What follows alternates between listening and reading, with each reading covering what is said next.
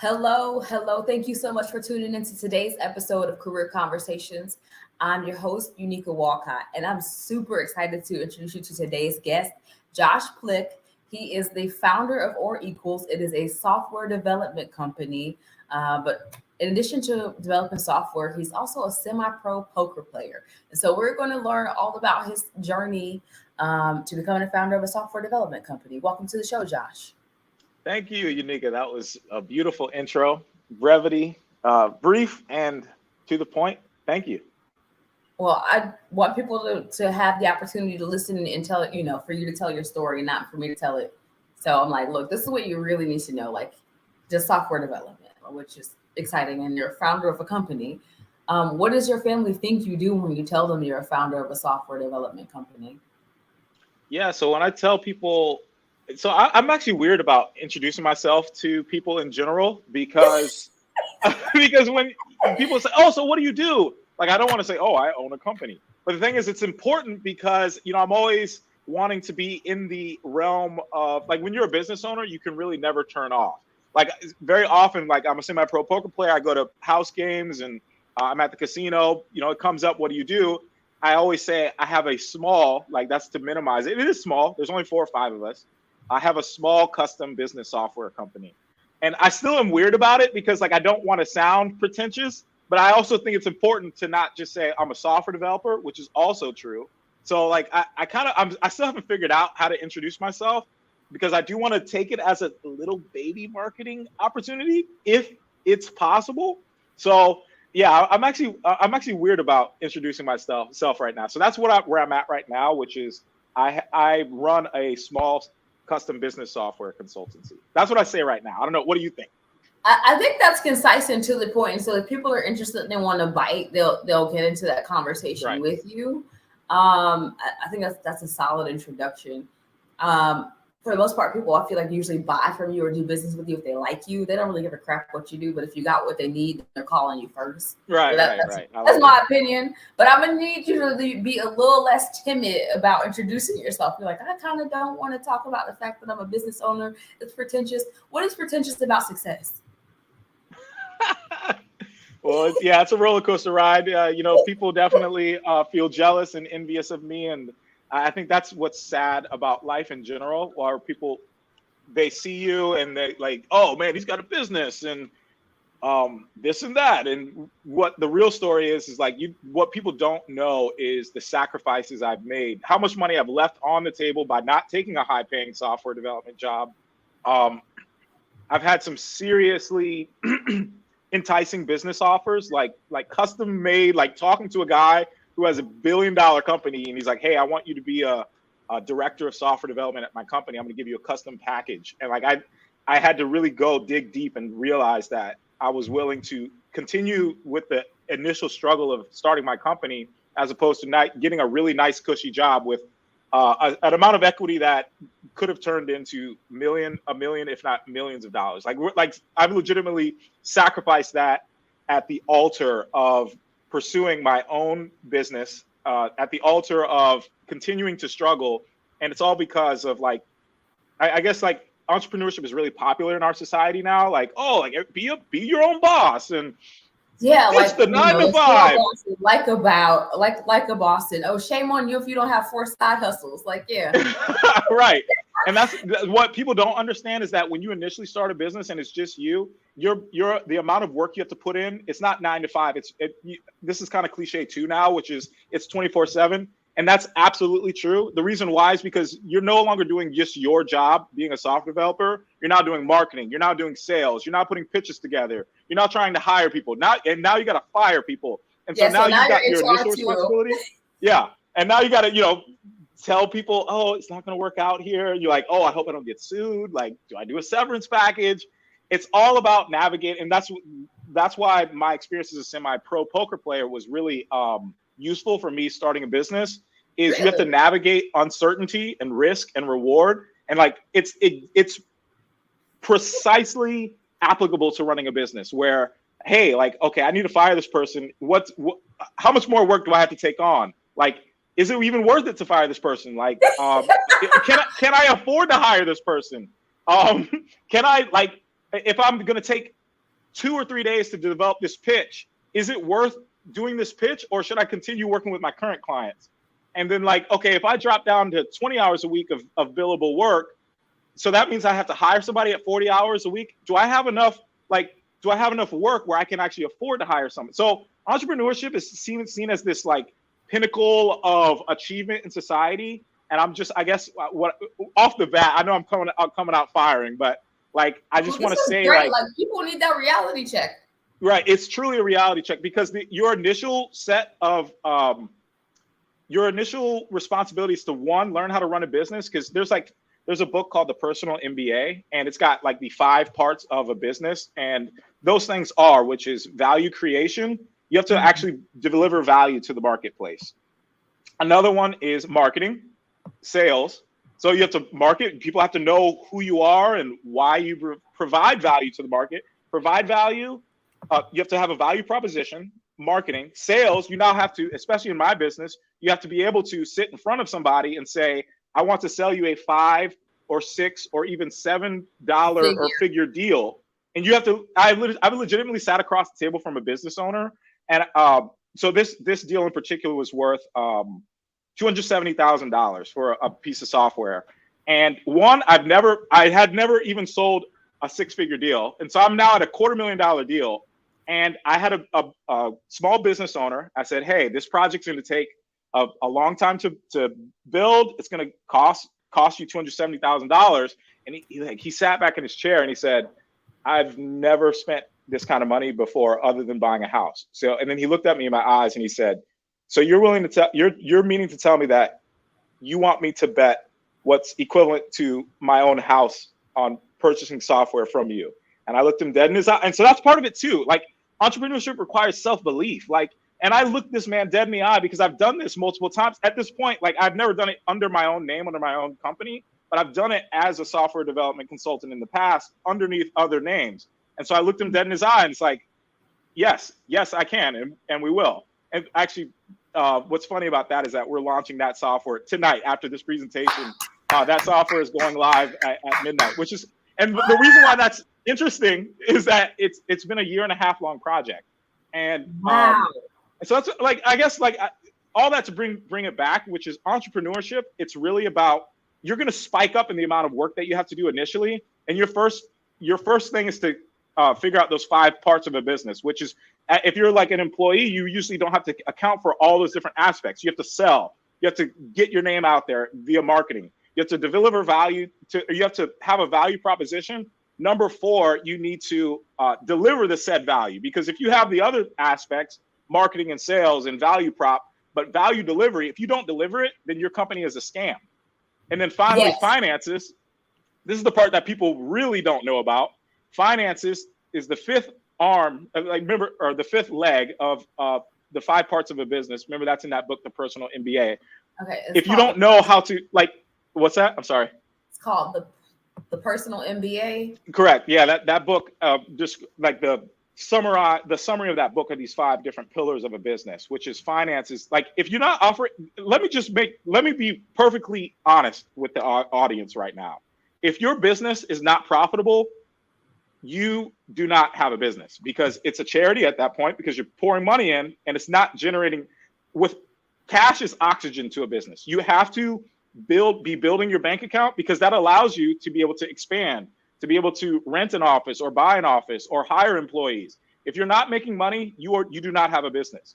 And so all these things are encompassed in ultimately what I'm saying is, like, if you're going to be an entrepreneur, it's not this vaunted space where like the elite of society go to. Like, you legitimately have to believe in yourself. You have to expand and learn dozens of skills, and you have to figure out, like, you're going to be spiking up in how much work you have to do. And as soon as possible, you need to figure out how to hire people to take on the sales, the marketing, the value delivery, the value proposition tasks, so that you can continue to think at a higher level in your business in terms of like expanding. Like, I guess that's my message for today initially, which is entrepreneurship is not as sexy as you think it is. It's going to require you, at least for me, it has required me to build my character as a human being and as a grown man. I've had to grow personally. Like when I give my word to somebody, like that guy, right? That $270,000 project, it's gotten to a point where I've had to eat a lot of costs where I started going over budget.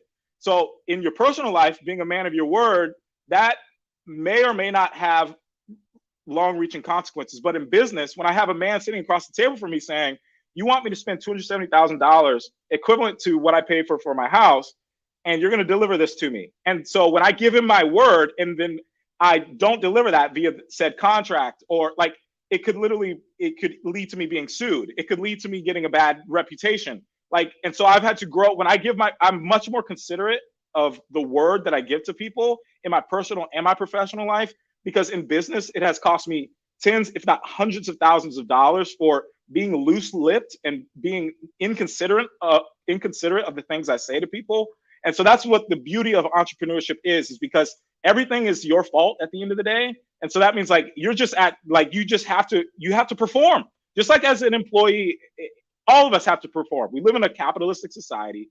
And so when you show up to the marketplace, when you show up to your job, you have to deliver. In entrepreneurship, it's at a even higher level because your employees are dependent on you. You must land this sale. Otherwise, you got to let people go. Or let me just stop there. Okay. Like that, my message today is entrepreneurship is cool. It is awesome, but I'm painting the whole picture for everybody. It is not for the faint of heart. No, it sounds like there's so many things that go in there. You mentioned though the character development piece. What experience really helped you understand what parts of your character you needed to develop, and what did you do next? Right. So a big part of that was with respect to that $270,000 project. We've gotten to the end of it, and I've had to give about $50,000 worth of discounts because we've gone over budget. And I've had to consider what the initial scope of the project is, things that he's asked for in addition to that. And I said, it's not going to cost you a penny more. I said this at the very beginning of the project. I said this to him, looked him in his eye, and I said, it's not going to cost you a penny more than $270,000. So I've had to have some difficult conversations about what was in scope and what was out of scope. And if something was in scope and it took me longer to build, I'm still on the hook for that because that's what I pledged to this man. I'm contractually obligated to do. So in regards to building character, like another aspect of that is like, if I show up late, I have 4 employees. If I start showing up late to work, then what excuse, like I can't hold people to a standard that I don't live to. For example, I usually, my official start time at the company is 9:30 a.m. because I know that within that 30-minute window of 9 to 9:30, I want to be able to flex and be able to show up at 9:15. So therefore, our official company policy is that we legitimately start at 9:30 a.m. And if you start at any time within that 30-minute window, my only expectation is that you extend your workday. Say we end at 5 p.m. Like if you show up at 9:15, I expect you to work till 5:15. And there's nothing to be said for that initial 30-minute window. After that, we have to have a conversation. So these are the kinds of things you have to consider, like character, like how am I going to get on to somebody for being 25 minutes late to work when I show up 25 minutes late to work? And so character building is about saying that, okay, what are the standards that I have for myself? And my personal standards are going to be extended to my business. And so that means if I'm going to hold my employees to a certain level of accountability, then I have to hold myself to that first. And like, that is the ultimate measure of accountability because like, that's what I love and hate about entrepreneurship. All your mistakes are magnified. And so that's why if you want to succeed, you must build character. I love it. I don't know that a lot of people think about how, as an entrepreneur or an executive or founder of a company, all your mistakes are magnified, as you said, or as well as your success. Right. So that's the upside. And so the upside is you have control over the revenue. And so you can control the levers of the business in regards to making more sales or reducing your expenses. So the upside is that the rewards are much greater. You're rewarded for that extra risk, for that extra responsibility. Uncle Ben said it best in the Spider-Man saga, with great power comes great responsibility. But the reward of great responsibility is that you have greater rewards on the other side. And so while I am shooting a lot of shots at entrepreneurship, don't be confused. It's definitely worth the effort, personally, professionally, and financially. So what is the most rewarding part about being a founder of a company for you?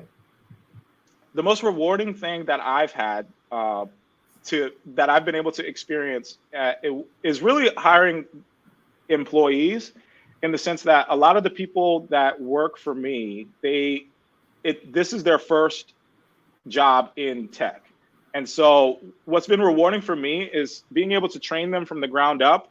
And literally everybody that's at my company now, there's only 4 people, so it's not like it's like that big. But the 4 people that are at you and I are going to have like an offline conversation about minimizing your accomplishments. This is unacceptable, sir. Right. Okay. Well, I will accept it. What the most rewarding thing about running my company is the fact that these 4 people, they can go and get jobs in tech, higher paying jobs than what they had. One guy was a carpenter before. He has no college degree.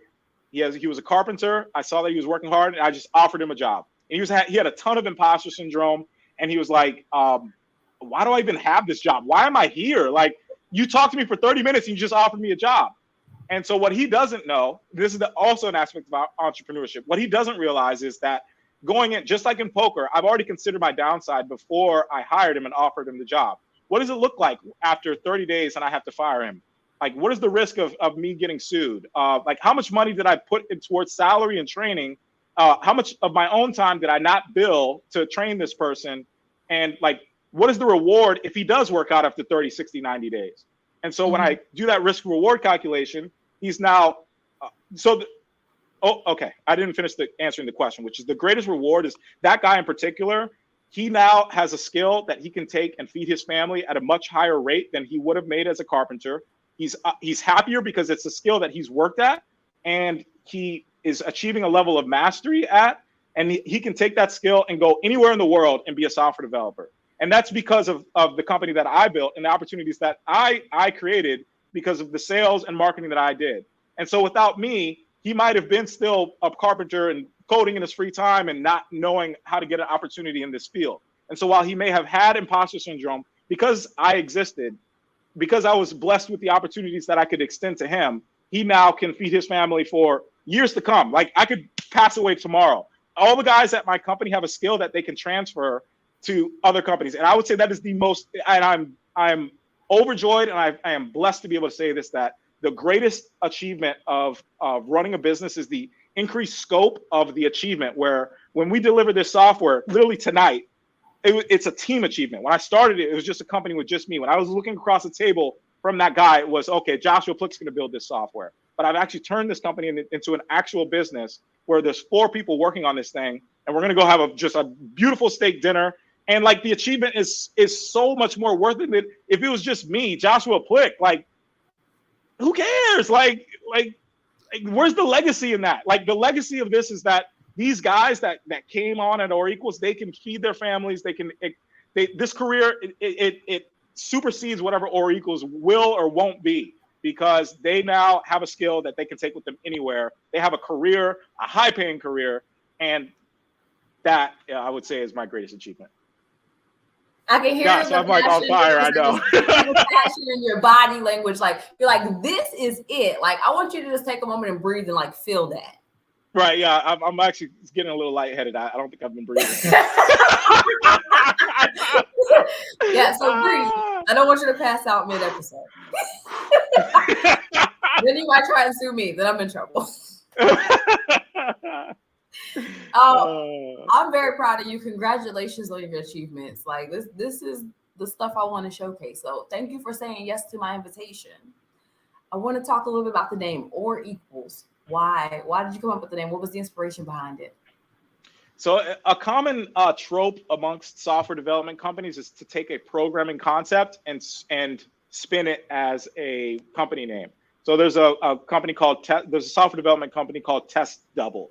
A test double is a double, of course, is like when you're going to perform a stunt in a movie, you put in your stunt double because this person is theoretically less valuable than the main actor of the film.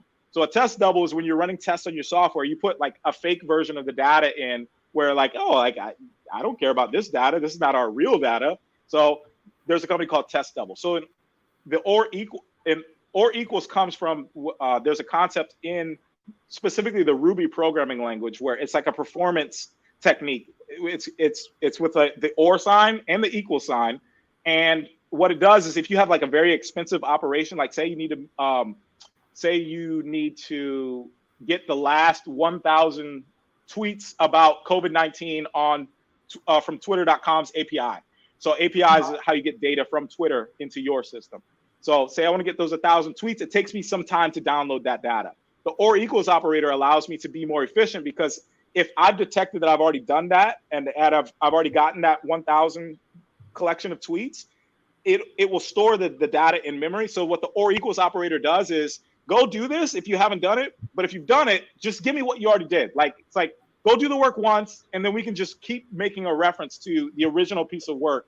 And so that's what the or equals is operator does. And so it's a play on what's a programming concept. It's kind of interesting. It's like, oh, what does that mean? Like, and like, it was so easy to get the domain. I have orequals.com. Like, it's so hard to get a domain in the modern era. Yeah. So it's a performance optimization. And, you know, I guess the business side of it is, you know, we're going to make your business more efficient with the work that we do with custom software. So I love it. That makes it's a double entendre. I love it. I love it. Or equals isn't like, we're going to make this more efficient. We're not going to do it twice. That is fantastic. What would you say to someone who wanted to enter a career in software development? We talked a lot about the entrepreneurship part of it. Right. But what kind of character or studying would be required? Right. So if you're trying to enter a career into tech, I would suggest that I would suggest if you wanted to learn a new programming language, which is immersion. Or not programming language, I'm sorry, a spoken language like Spanish or French. Mm-hmm. You need to immerse yourself in the world that software developers go. Go to meetups, whether it be whatever. You need to target a programming language. I would personally suggest the JavaScript programming language, specifically the React.js technology, which comes from Facebook. This is how the Facebook user interface was created. It was built with a front-end technology called React. React is written inside of the JavaScript programming language. The most palpable set of opportunity in the programming ecosystem is building user interfaces with React using the JavaScript framework. JavaScript is so powerful because you can use it both on the front end for web browsers, and you can use it as a back-end programming language. So you get more bang for your buck by learning JavaScript, because you can be a back-end developer or you can be a front-end developer. And there's the most opportunity because a lot of people are building rich user interfaces in their applications today. So I would suggest learning JavaScript and React. I would suggest immersion. Go and get yourself around developers. And then finally, I would say that this is something that you need to be devoting 2 to 4 hours per day for 9 to 12 months.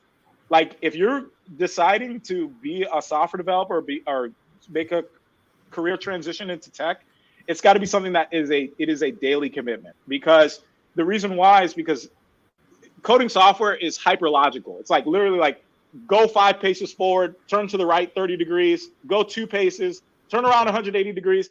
These are the instructions that we give to the computer, because the computer is going to do precisely what you tell it. Nothing more and nothing less. And so that requires like a shift to your mind. Like, when I was learning how to program, I would legitimately, like, when I had my first job as a software developer, I would wake up in the middle of the night and I'd have code in my mind. And so what's interesting about that is if you actually like observe other people who have learned a skill, like I used to have dreams. Like when I was a kid, when I was 16 or 17 years old, I used to play a game called Counter-Strike. And there's a modern version of it called Counter-Strike Global Offensive. It's similar to like Call of Duty or Fortnite. And I was so immersed in like getting better at the game, I would actually have, and this is like an observed phenomenon. If you go on Reddit about first-person shooter games, I would actually have dreams about the video game, like just shooting people in the game. And that was actually my mind, like solving problems that I would have playing the game. And it was the same thing in programming. And so one of the guys also on my team, he reported to me that he was also having coding dreams when he was learning how to code. And so the fact that like I'm able to relate to the audience that there's a mind shift that must happen for you to be able to code and think in that hyperlogical fashion, it's got to be something that you're doing every day to give your mind the opportunity to be able to be frustrated and solve those problems at night. And then finally, something even more concrete that I would suggest to somebody is to go join a coding boot camp. These things are going to cost anywhere from $10,000 to $30,000, $40,000. But it's definitely worth more than a college degree, because you can get out of there between 4 to 9 months, and a career as a software development or a career in tech, you can legitimately be coming out of that boot camp with a 6-figure salary. So it's definitely worth your time. It's got to be something that you're committed to. Otherwise, it's never going to work. Commitment. That is so critical to anything that we do. I'm so tickled by the dreams about coding. Right. For a second though, because my neighbor is like mowing, and I'm like, this is not the time. It's annoying, yeah. But that's what makes us, real life. Right, exactly. We got to keep going. Yeah. So when you started in tech, what was different that you didn't anticipate? What I did not expect when I entered a software development career is that, like, when you encounter a doctor, you kind of know what they do. When you talk to a lawyer, you kind of know what they do. When you talk to a salesperson or a marketing person, you kind of know what they do. And so what's interesting for me is that when you talk to somebody about tech, like, for example, a lot of times when I tell somebody either I'm a software developer or I have a software development consulting firm, very often, I'd say about 30% of the time, people get real quiet, and you can tell that they're getting really nervous. And it's because they don't know where to take the conversation, because they have no point of reference. Like a doctor, it's like, oh yeah, okay, like, what do you specialize in? Or a lawyer, it's like, oh, do you do corporate law? Do you do contract? With tech, a lot of people, like, there's just a complete, like, just lack of knowledge of what software people do. And so that was the most surprising thing for me to learn about software. What I've also come to understand is that there's a source of opportunity specifically for me, because I can speak to non-technical people about technical topics.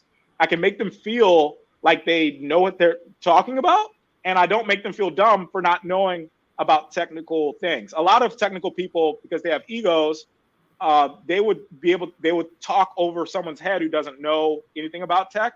And that only creates alienation. Sort of like when I talk to people and I tell them what I do, that 30% of people that get real quiet, like that, there's an alienation aspect of that, which is like, oh, I don't know what he's talking about, so I'm not going to say anything. I don't want him to know that, like, I don't know anything about tech.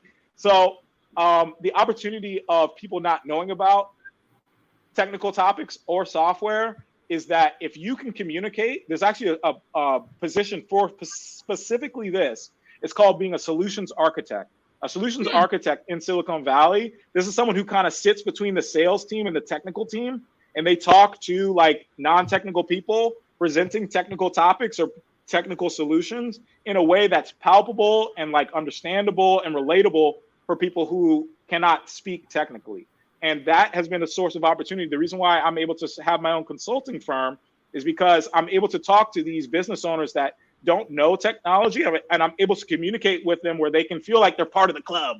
And, like, that's that there's an endearing aspect of that to my personality. And I would say that there's a huge opportunity for that in tech, because very often there's, like, you either know or you don't know. I think technical sophistication, knowing about technical topics is a really important aspect of society. And, like, you can't lose if you, like, software is eating the world. Like, you, in my opinion, in my humble opinion, in my biased opinion, every company is a software company. Whether you're selling chicken, whether you're selling stockings, there's always going to be some code involved in your business.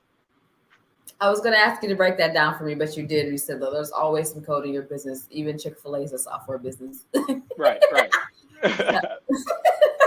That's to my benefit to believe that, but I do actually believe that. Look, it is perfectly fine to share that kind of bias here. That kind's fine.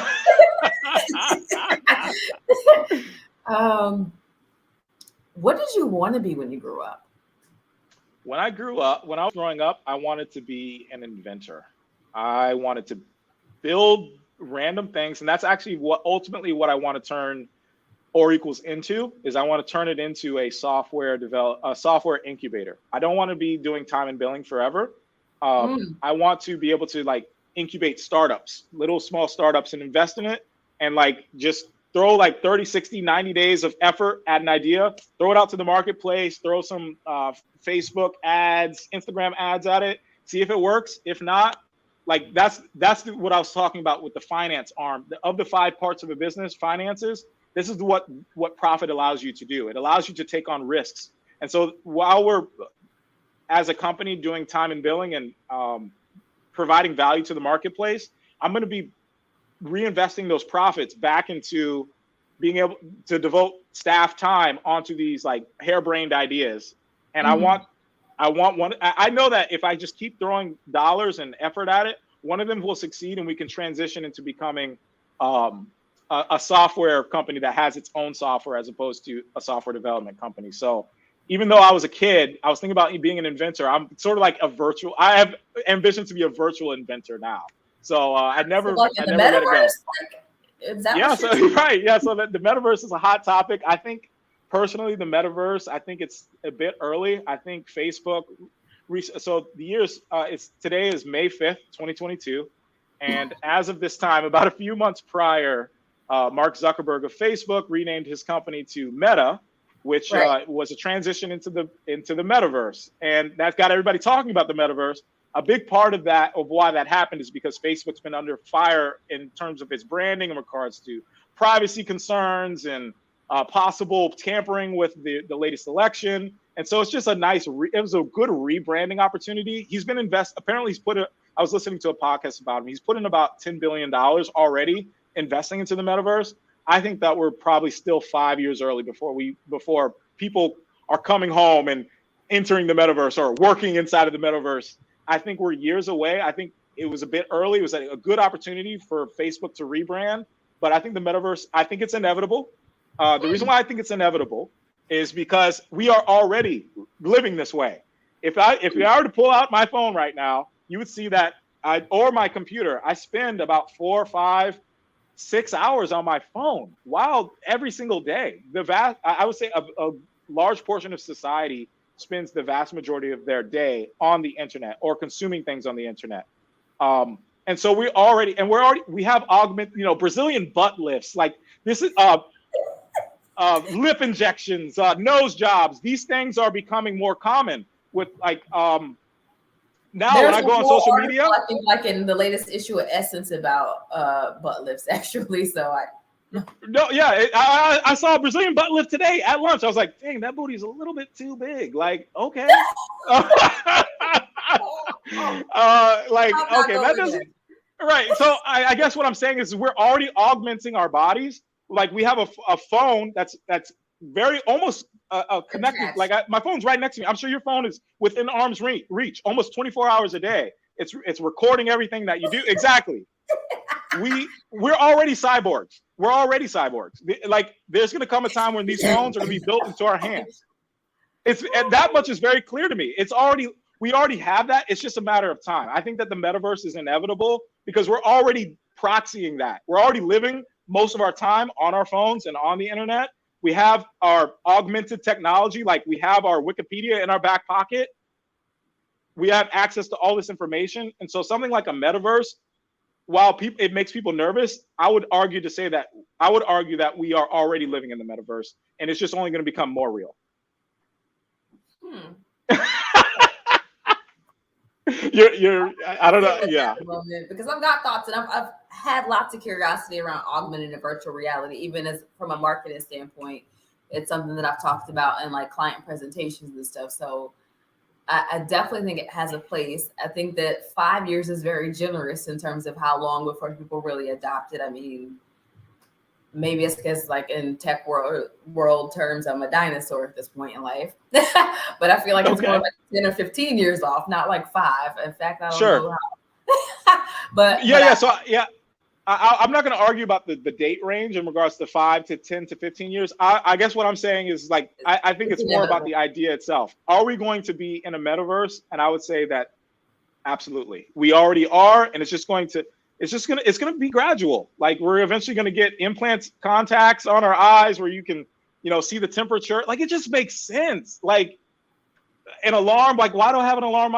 What happened to the alarm clock? What happened to the home phone? Like all these things are being bolted into my phone. It's only going to be a matter of time where like like there's already like heart implants that tell you, like it can text your phone. It already sends a detail to your phone, like, oh man, like your blood pressure is getting high. And like, these are things that already exist. Like we're already becoming cyborgs in regards to like the cutting edge of medicine.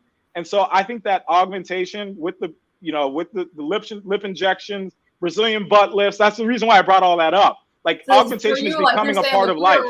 We're already very comfortable with augmenting our physical being. Right.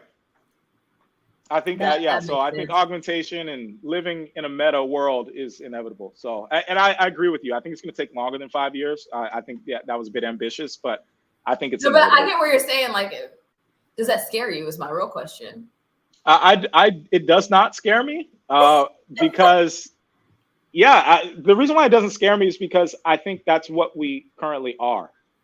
Like, I think that we have an abstraction in the sense that I have to look at my phone to enter the metaverse. I think that being able to like Tesla, right? Like I was riding my brother's car today and I was just looking at the user interface on his Tesla. He could see lights, he could see all the cars around him. It just makes sense. Like it just makes sense to be able to get access to information in a more like, it's just going to be a competitive advantage. Like if I can get a text message and see it on my eye, or like a stock market alert, and I can do a day trade faster than someone else.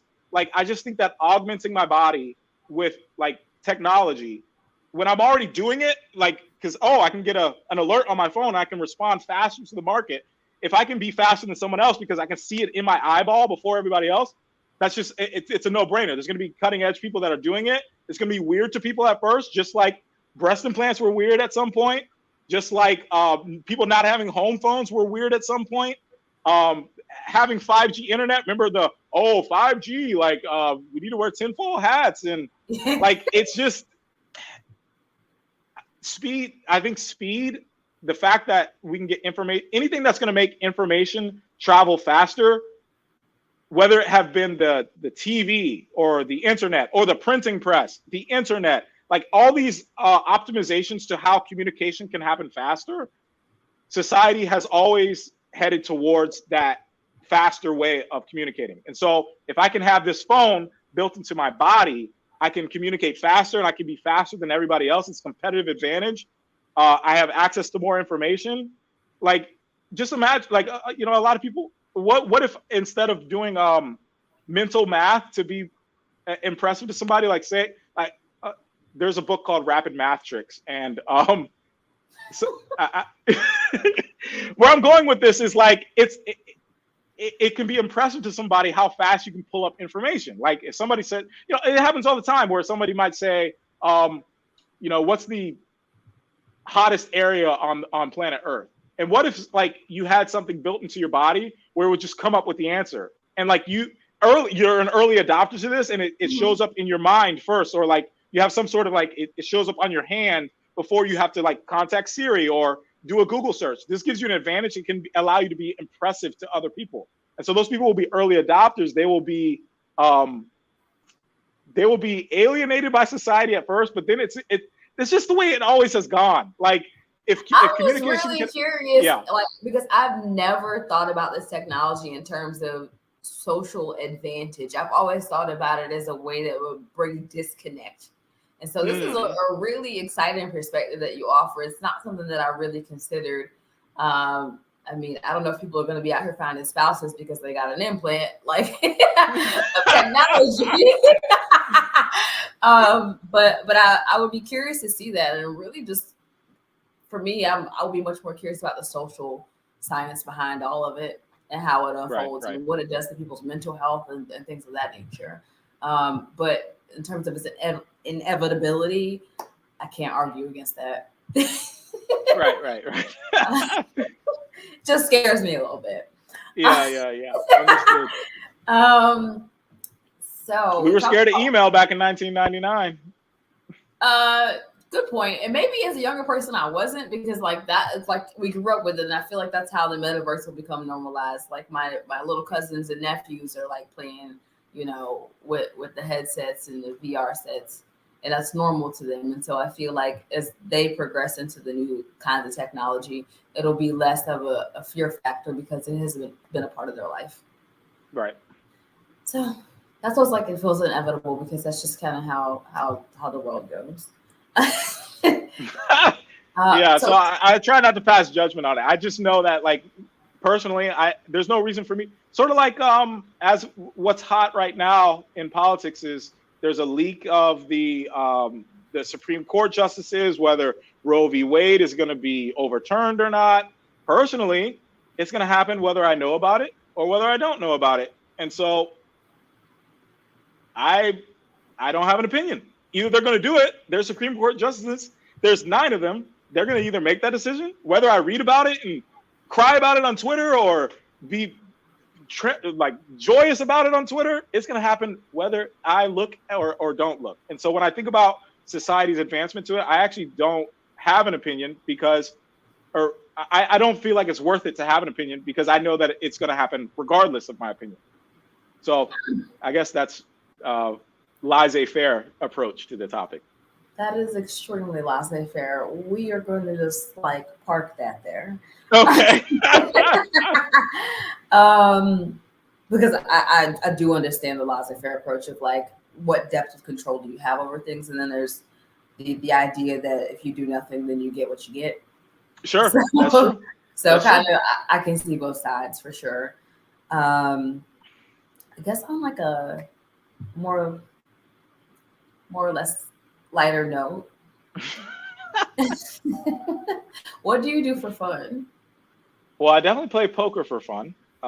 So it's a nice activity where you're navigating risk and reward and navigating people's personalities in that very moment. Like, do they have this hand? Do they not have this hand? What other hands could they have? So that's a lot of fun. Recently started working out again, so it's kind of cool to be able to go to the gym and not wear masks. So I live in Florida, so we've been maskless almost the entire time. But so it's almost like just the status quo. Yeah. What's that?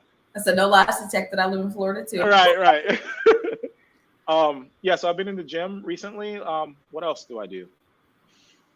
Yeah, so it's been, I mean, that's ultimately what I was talking about with entrepreneurship. Like, it's 8 p.m. at the office. I was pretty much working up until this point, and I'm trying to scale the business by assigning work to other people. But at the end of the day, like, it's still something that requires a lot of time. So I don't necessarily have a balanced life. And yeah, I guess that leads us back to entrepreneurship, which is, you want to have those, you want to have wife and kids and hobbies and stuff. Like, you're gonna have to make a sacrifice especially at the very beginning, when you spike in how much responsibility you have in regards to having to file all these papers and do sales and marketing.